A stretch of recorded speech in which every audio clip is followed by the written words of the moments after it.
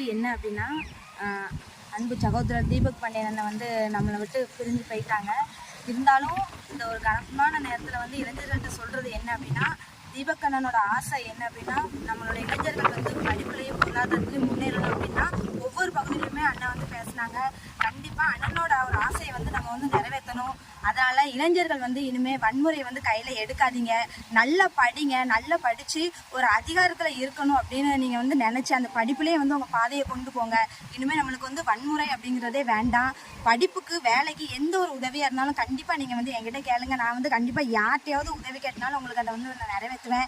நீங்கள் வந்து தீபக் அண்ணன் பாதையில் பயணிக்கணும் அப்படின்னீங்கன்னா அவங்களோட ஆசையான படிப்பை வந்து நம்ம வந்து முன்னெடுத்து செல்லணும். படிப்பில் நம்ம நல்லா படித்து ஒரு அதிகாரத்துக்கு போனால் தான் பொருளாதாரம் நம்மளுக்கு கிடைக்கும். நம்ம என்னைக்கு கல்வியிலையும் பொருளாதாரத்தையும் முன்னேறதமோ அன்னைக்கு தான் நம்ம சமூகம் வந்து முன்னேறும். ஏன்னா அண்ணனோட ஆசை வந்து அதுதான், நம்ம சமூகம் வந்து என்னைக்கு முன்னேறணும் அப்படின்றது அவங்க ஒவ்வொரு பக்கமும் வந்து அவங்க போராடிக்கிட்டு இருந்தாங்க. கண்டிப்பாக அவங்களோட பாதையில் வந்து நம்ம பயணிக்கணும் அப்படின்னு நான் அந்த நேரத்தில் வந்து கேட்டுக்கிறேன். அதே மாதிரி சட்டக்கல்லூரி மாணவர் முத்துமனோ அவங்களோட ஆசையும் வந்து நம்மளோட இளைஞர்கள் வந்து படிப்பில் முன்னேறணும் அப்படிங்கிறதுக்காண்டி தான்.